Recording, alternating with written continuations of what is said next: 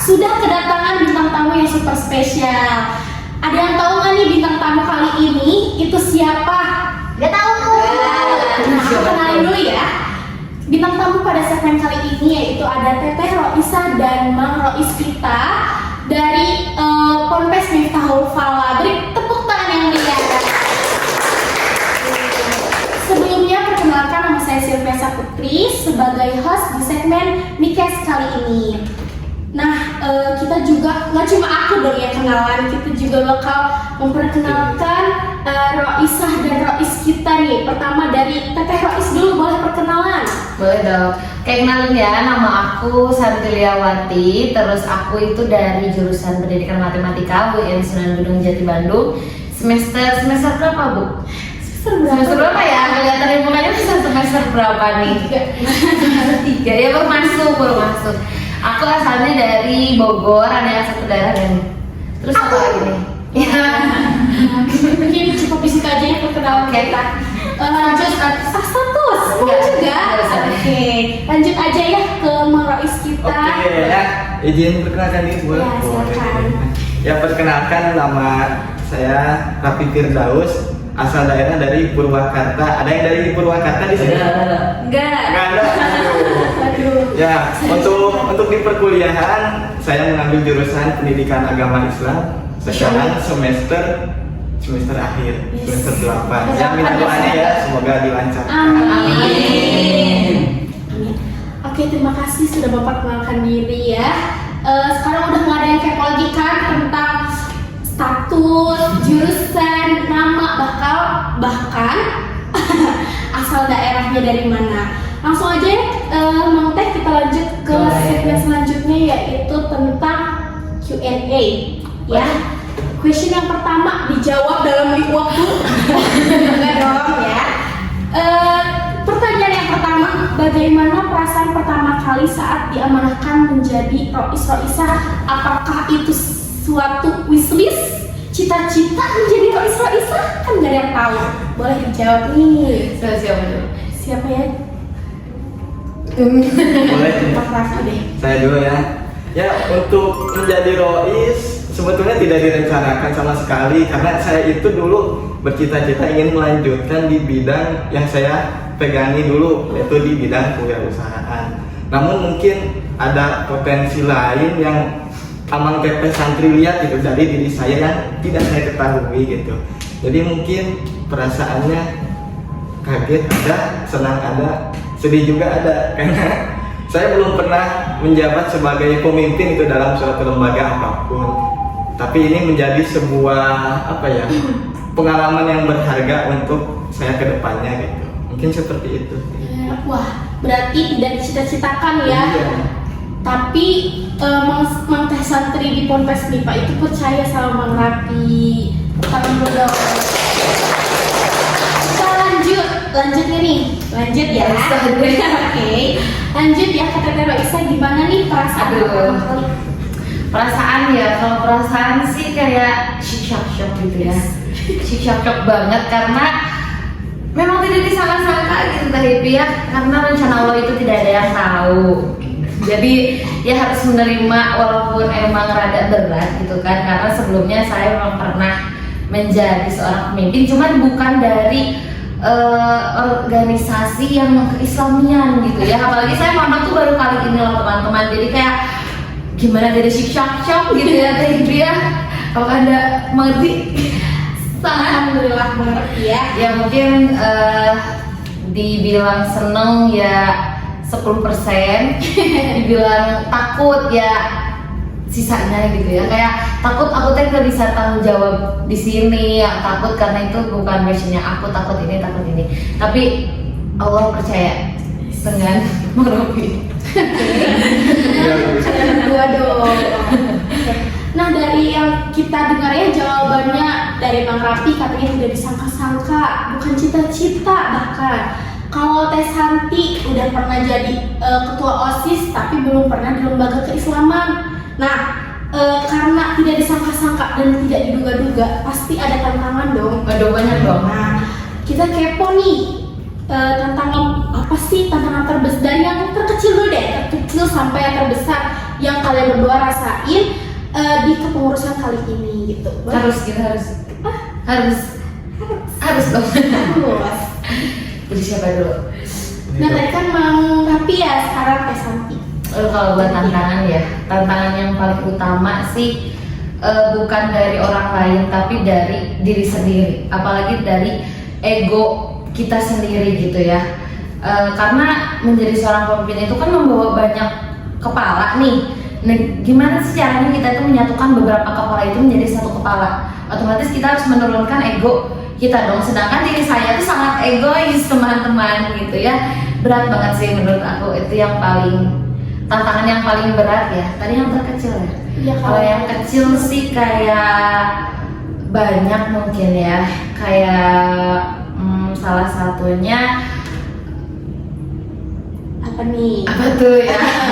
Pokoknya kalau di diri aku mah kalau yang terkecil mungkin banyak ya, kayak rasa malas, rasa bad mood itu termasuk ke hal yang terkecil kan. Tapi kalau untuk yang terbesar itu adalah dari ego sih, menurunkan ego itu sangat besar menurut aku. Astagfirullahaladzim. Oke, kalau dari Mang Rapi gimana nih? Ya mungkin untuk tantangan sendiri sih tidak jauh berbeda ya dengan Teteh Roisa juga. Yang terberat itu dari diri sendiri juga itu. Bagaimana kita mampu menurunkan ego kita sendiri. Kita memiliki kepentingan, tapi orang lain juga punya, dan lembaga juga, pondok pesantren juga punya kepentingan yang harus kita jalankan. Nah itu kita harus membagi waktu antara waktu mana untuk kepentingan pribadi, lembaga, dan juga teman-teman kita di pondok pesantren ini. Nah kemudian kan karena ini adalah pondok pesantren mahasiswa, yang mana mahasiswa ini heterogen, tidak hanya satu jurusan, namun terdiri dari beberapa jurusan ya TV ya. Betul. Nah di situ kita harus mampu mengkoordinir dan sebagainya itu. Bagaimana kita menempatkan diri kita sebagai pemimpin yang bijak dan tidak menekan gitu. Menekan dalam artian kita itu terlalu otoriter ya, betul, otoriter gitu ya. Kita harus mampu menempatkan diri kita bijaksana dalam lembaga ini. Nah tadi kan dengar ini tuh pondok pesantren mahasiswa ya, yang bukan rata-rata, sepenuhnya dihuni oleh para mahasiswa-mahasiswi. Nah, Mang Teh juga kan masih kuliah ya. Nah, Teteh Santi benar nggak nih dari semester 3? Aku semester awal. Oke. Aku mau cari akhir. Nah, karena udah masuk semester akhir, gimana sih cara kalian buat menjaga keseimbangan antara kuliah dan kepengurusan di pondok? Pastikan itu sangat susah banget ya. Tuh, boleh dijawab. Tunjuk. Sama siapa? Di luar. Oke, dari aku dulu. Boleh? Oke, dari aku dulu ya, cara mengatur waktu. Sebenarnya aku masih kurang sih ya untuk cara memanajemen waktu menurutku. Tapi dimana kita emang harus mengesampingkan apa yang emang nggak terlalu penting gitu. Kalau misalkan untuk kuliah ya aku kuliah, tapi kalau emang di pondok itu lagi urgent, berarti aku harus mementingkan apa yang harus aku lakukan di pondok gitu. Harus tahu mana yang mana prioritasnya gitu. Kebetulan aku juga nggak ikut organisasi di mana-mana kan, jadi ya aman-aman aja sih menurutku. Bukan hanya sih di pondok sama di perkuliahan aja, jadi aku nggak mengatur waktu di yang lain seperti itu. Jadi harus bisa manage prioritas Dan memprioritaskan apa yang diprioritaskan di pondok ini gitu ya. Santi benar? Nah boleh mengerti gimana nih? Oke, untuk membagi waktu ya, ini emang perkara yang cukup sulit ya. Apalagi kita mahasiswa gitu. Ada cita-cita untuk sukses dalam hal akademik, ada juga cita-cita ingin sukses dalam hal di Dewan Santri ini gitu. Nah, salah satu caranya mungkin kita bisa membagi prioritas.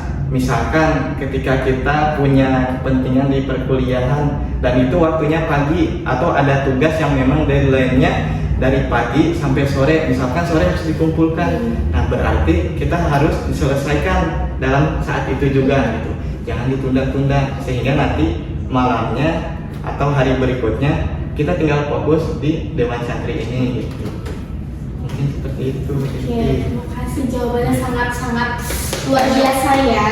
Luar biasa cara-cara mereka memanage waktu itu sudah dalam kategori baik lah ya, bisa memanage antara kuliah dengan urusan di desa Ponpes Mifa ini. Oke, selanjutnya itu ada pertanyaan seru. Ini mah kayaknya patut dipertanyakan ke semuanya ya. Keunikan apa yang baru Mang Teh temui di Ponpes Mifa ini atau selama mondok di Ponpes Mifa ini? Karena kan tadi backgroundnya bukan dari pondok ya, berarti kan punya kayak apa sih, culture shock gitu ya, kalau bahasa gaulnya culture shock ya. BTW anyway, aku juga mau jawab nih, sebelum Mang Teh jawab, aku juga punya culture shock di Ponpes Mifa ini. Culture shocknya itu sepele sih sebenarnya, yaitu makan seblak pakai nasi.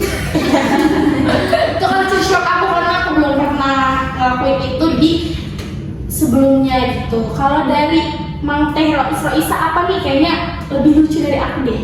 Oke. Gantian dong Mas Ayah. Selanjutnya dari sekarang jawabannya akan dijawab pertama oleh Mang Ra. Silakan. Oke, untuk yang lucu mungkin ini ya, yang lucu atau yang unik yang belum saya temui gitu sebelum saya ke pesantren. Ya kebetulan saya juga sama seperti Teteh Roisa itu belum pernah pesantren, hanya ikut di majelis-majelis taklim. Jadi belum tahu sepenuhnya bagaimana sih kehidupan di pondok pesantren itu kan, bagaimana budayanya, tradisi dan sebagainya. Nah, mungkin yang unik itu ketika kita kalau udah beres ngaji malam nih, itu kan ada piket ya, piket masak. Nah di situ kita bareng-bareng ini pilih menu makan apa nih gitu. Iya.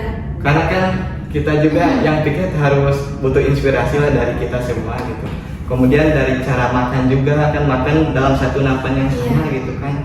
Itu belum pernah oleh saya dilakukan gitu. Kemudian dalam apa lagi ya, peralatan makan juga, misalkan gelas kan, kalau di rumah gelas itu satu orang satu.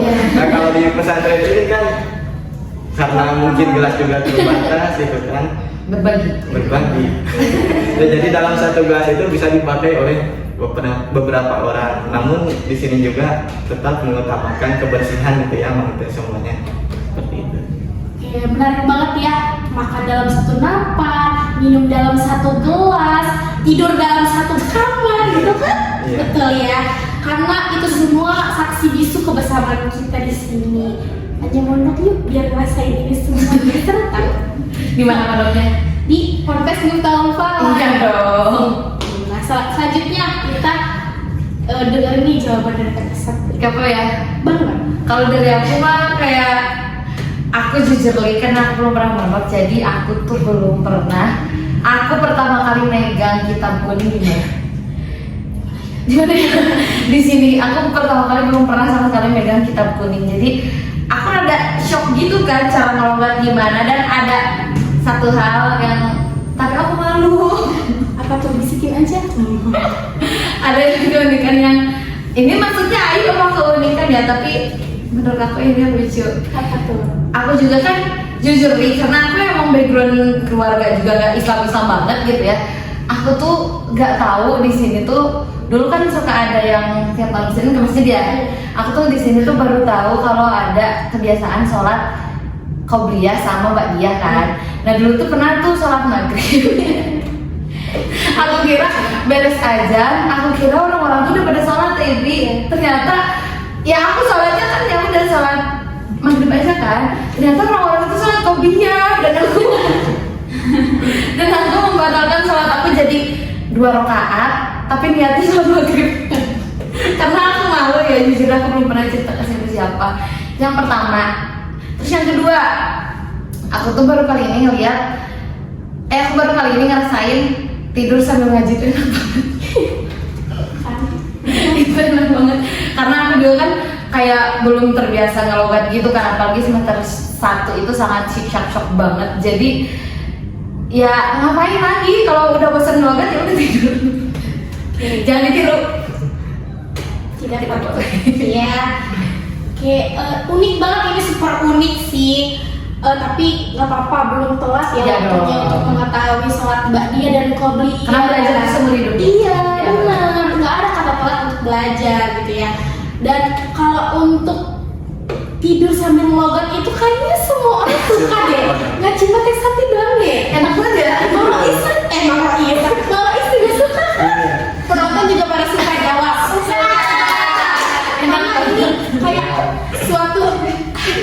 suatu passion gitu ya, untuk santri gitu lah. Tidur sambil ngaji itu udah suatu kebiasaan yang Jelek. Kiki, Tapi jelek. nggak boleh ya kalau Tapi tetap masuk ke pertanyaan selanjutnya nih ya. Jangan bosan ya ditanya-tanya sama aku. aku mah bosan mulai. Aduh, jangan dong. Nah, pertanyaan selanjutnya itu gimana sih cara kalian membangun kedisiplinan dan kebersamaan di antara santri? Kalau untuk kebersamaan kayaknya udah nggak diragukan lagi nggak sih? Tapi kalau untuk kedisiplinan nih, gimana cara kalian membangun itu semua gitu? Boleh, silakan dijawab dari Teresa. Sederhana. Oke. Bukan ya. Kan dong. Kayak kalau dari aku ya, karena kita tuh udah apa-apa bareng-bareng kan, apalagi sama semuanya gitu, santri-santri. Aku nggak pernah kayak ngapa-ngapain sendiri, bersih-bersih pasti bareng-bareng ya. Karena kebersamaannya udah terbentuk, jadi harus dibentuk lagi nih kedisiplinannya kan. Untuk membentuk kedisiplinan yang pasti itu membuat peraturan TB. Karena di desa kita bukan cuman aku sama Mang Rapi doang dong. Aku juga punya bidang-bidang yang lain, ada bidang keamanan, bidang kebersihan. Aku kebersihan sih bukan. Bidang-bidang yang lain pokoknya ya, kita ada beberapa bidang. Nah di sana pasti ditekenin gimana cara membangun kedisiplinan siswa, kedisiplinan santri itu ke bidang-bidang tersebut. Karena kita nggak mungkin gerak sendiri kan gitu ya. Jadi membentuk sebuah peraturan yang nanti peraturan itu kita umumkan di awal kepengurusan, dan setelah itu nanti kita tempel supaya orang-orang tidak lupa dengan peraturan tersebut. Nah gimana kalau lupa terus ada orang yang melanggar? Kalau ada orang yang melanggar dengan peraturan tersebut, kita tegur TIB. Kita tegur dengan cara face to face atau dengan cara di chat bahkan gitu. Yang pasti kita akan menyadarkan orang tersebut kalau kamu teh salah. Itu sih kalau dari aku. Nah, di sini juga ya, FYI gitu buat teman-teman santri nih. Kita tuh bikin peraturan bukan hanya semata-mata bikin peraturan, tapi kita disepakati bersama gitu ya. Jadi kalau misalkan melanggar, ya udah tahu punishmentnya bakal apa gitu. Nah, boleh sekarang kita dengar dan simak jawaban dari Mang Rois.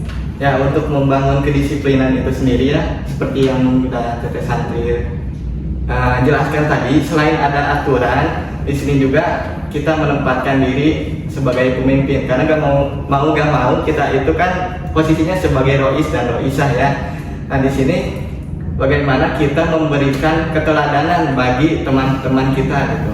Karena orang lain itu melihat dari apa yang kita lakukan gitu. Terlebih kita memegang sebuah tanggung jawab sebagai Rois-Roisah. Jadi yang pertama mungkin kita harus memberikan contoh yang baik terlebih dahulu kepada aman teteh santri semuanya gitu. Setelah itu pembiasaan, karena kedisiplinan ini tidak dibentuk dalam waktu yang singkat ya.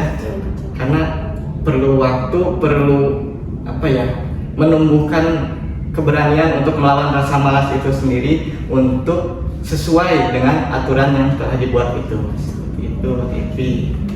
Guys, jadi itu jawabannya.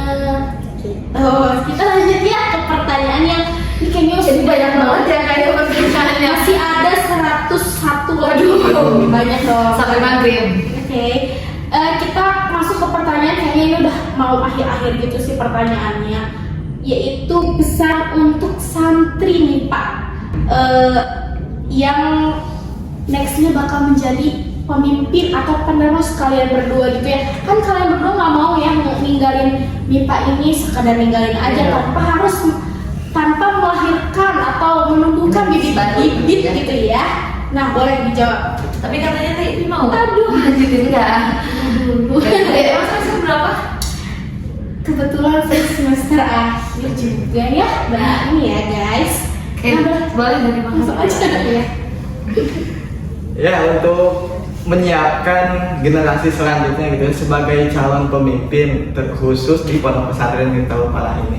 Yang jelas itu bagaimana Amang Teteh semua menyiapkan diri sendiri terlebih dahulu gitu ya. Bagaimana meningkatkan kualitas diri sebelum kita terjun ke dalam sebuah lembaga yang nantinya menaungi semua Amang Teteh di pondok pesantren ini. Seperti itu. Yang pertama, kualitas diri terlebih dahulu ditingkatkan. Kemudian untuk menjadi pemimpin ini kan kita mau gak mau keluar dari kebiasaan buruk atau kebiasaan nyaman gitu, zona nyaman yang sebelumnya kita sering lakukan gitu.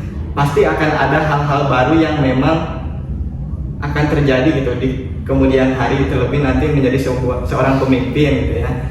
Nah, mungkin yang pertama kualitas diri tingkatkan, kemudian dari sekarang biasakan hal-hal yang baik. Dari hal terkecil itu harus dibiasakan, jangan menganggap hal sepele itu nggak apa-apa lah, nanti juga bisa dirubah kalau udah jadi pemimpin. Nah, statement seperti itu sebetulnya kurang baik ya teman-teman semua, karena untuk menciptakan sebuah kebiasaan yang baik itu yang tadi kan sudah dijelaskan gitu ya, bahwa kebiasaan itu tidak dibentuk dalam waktu yang singkat. Jadi dari sekarang yuk Amang Teteh semuanya berubah gitu menjadi lebih baik dari sekarang, walaupun background kita bukan seorang pemimpin, misalkan hanya sebuah anggota di desa atau hanya sebagai santri biasa. Nah, itu tidak harus seperti itu ya, harus dilakukan dari sekarang. Jadi harus memunculkan rasa kepemimpinan ataupun menumbuhkan kebiasaan-kebiasaan baik dari sekarang. Sekarang dicatat ya tips and triknya biar kalian pas menjadi pemimpin sudah siap dan sudah sudah siap lah gitu. Siap ya, pokoknya dia siap. Nah, sekarang kita dengarkan jawaban dari Teteh Santri. Jadi pesan buat generasi selanjutnya kan. Oke, kalau dari aku sejatinya hidup itu emang harus jadi pemimpin. Iya. Walaupun kita bukan memimpin orang lain, kita pasti memimpin diri kita sendiri kan. Apa memimpin keluarga? Waduh, nggak mungkin dong ya. Iya. Sejatinya hidup itu kan bakalan menjadi seorang pemimpin. Jadi menurut aku siap gak siap? Ya kalau emang udah ditunjuk ya harus siap gitu kan, harus siap. Dan kalaupun nanti terpilih berarti bukan cuman orang-orang di Miftahul Falah ini yang percaya dengan aku misalkan ya, tapi Allah juga sudah percaya dengan kualitasnya aku gimana gitu. Tinggal di diri akunya aja nih, harus jangan pernah ngecewain orang yang udah percaya sama aku gitu. Selain dari mempersiapkan diri, ya harus ada sifat tanggung jawab dari semuanya. Kalau emang udah ditempatkan, walaupun cuma aku mah cuma di Kominfo misalkan gitu ya, bukan cuman semuanya tuh ada nilainya gitu. Jadi nggak ada yang cuman bidang ini, bukan kayak gitu, tapi semua tuh berharga, karena tanpa kalian pemimpin nggak bisa apa-apa. Betul. Ibarat pemimpin kepala doang nggak bisa ngapa-ngapain kalau nggak ada tangan, kalau nggak ada kaki gitu. Jadi ya udah hidup yang pasti mah harus semangat dan sadar dengan diri sendiri lah. Boleh ini ya, ada sedikit kata-kata. Oh, boleh. Dicatat ya guys. Itu sebuah quotes dari Kata-kata hari ini. Kata-kata ini ya, untuk nanti sebagai pemimpin ya, mungkin ini kata-kata yang bisa dipegang itu untuk kedepannya. Jadi orang lain itu menilai dari apa yang kita lakukan, bukan dari apa yang kita pikirkan gitu. Kita memikirkan banyak hal-hal baik dalam diri kita gitu. Kita ingin ini, kita ingin seperti ini, desa ini harus seperti ini, tapi tidak ada perlakuan yang dilakukan oleh kita. Itu orang lain pasti menilai kita dari yang kita lakukan. Jadi hanya sia-sia gitu kalau hanya dipikirkan, tapi pikirkan kemudian lakukan ketika ada inspirasi yang ingin kita realisasikan itu, terutama di pondok pesantren ini seperti itu. Berarti kuncinya pikirkan, lakukan. Jangan cuma dipikirin aja tapi nggak dilakuin. percuma ya, betul? Betul. Nah, kita masuk ke pertanyaan yang terakhir ya. Aduh, Rayun nih. Sedih banget. Aduh, oke. Kita masuk ke pertanyaan terakhir, yaitu harapan kalian untuk konpes MIPA ke depannya nih apa? Boleh langsung aja dijawab. Aku Boleh? kalau untuk yang pasti pengen lebih maju lagi dong, pengen lebih terus berkembang, santrinya banyak, terus rezeki untuk pondoknya juga lancar, yang pasti dari kualitas desanya juga bagus nih. Semoga bisa jadi desain yang emang bisa desain percontohan pondok lain gitu. Semoga bisa seperti itu, dan harapannya buat pimpinan apalagi ya, buat pengarsa akang semoga terus sehat, terus bisa memimpin pondok pesantren ini dengan terus menjadi lebih baik gitu ya, dan harus lebih istiqomah untuk santri-santrinya mungkin ya, seperti itu. Kalau dari aku tidak ada doa buruk, tapi semuanya doa baik. Insya Allah, tabarakallah. Sekarang kita dengarkan pesan-pesan yang akan disampaikan oleh Rais kita, silakan. Ya, untuk harapan itu ya, atau keinginan untuk pondok pesantren Miftahul Falah ini tentunya tidak jauh dari apa yang sudah diucapkan oleh Teteh Roisa. Yang pertama mungkin semoga pondok pesantren Miftahul Falah ini lebih maju lagi dalam hal kualitas dan kuantitasnya. Kualitas dalam segi mengaji, dalam segi kegiatan-kegiatan di pondoknya itu harus lebih ditingkatkan, lebih maksimal lagi. Kemudian dalam segi kuantitas, dari banyaknya santri-santri yang mendaftar, yang ikut mengaji di pondok pesantren Miftahul Falah ini, semoga kedepannya lebih banyak dan lebih antusias itu dalam mengikuti kegiatan-kegiatan yang dilakukan di pondok pesantren Miftahul Falah. Kemudian yang terakhir, terkhusus untuk keluarga besar pondok pesantren Miftahul Falah, dari jajaran Dewan Asatidz dan pemimpin pondok pesantren Miftahul Falah, semoga selalu sehat selalu, lancar rezeki, dan selalu sabar dalam membimbing kita santri-santrianya gitu. Mungkin seperti itu. Ya, Insya Allah ya, kita doakan semoga santri pondok pesantren Miftahul Falah selalu semakin istiqomah gitu dalam melakukan kebaikan, apalagi dikit lagi kita mau masuk bulan Ramadan ya guys. Jadi harus meningkatkan kegiatan-kegiatan yang positif gitu ya. Nah, Masya Allah, tabarakallah banget ya, luar biasa sekali perjalanan dan pengalaman dari Mang Teh Roisah kita. Semoga bisa menjadi inspirasi bagi kita semua ya. Terima kasih banyak untuk Mang Teh yang menyempatkan hadir ya ke podcast ini. Terus juga semoga semakin sukses dan berkah dalam menjalankan amanah ini. Terus buat teman-teman mahasantri jangan lupa ya untuk terus belajar dan mengikuti semua kegiatan di pondok pesantren Miftahul Falah. Sekian bincang-bincang kali ini. Jangan lupa untuk like, comment, share, and subscribe untuk mendapatkan notifikasi konten menarik kita selanjutnya. Wassalamualaikum warahmatullahi wabarakatuh. Waalaikumsalam.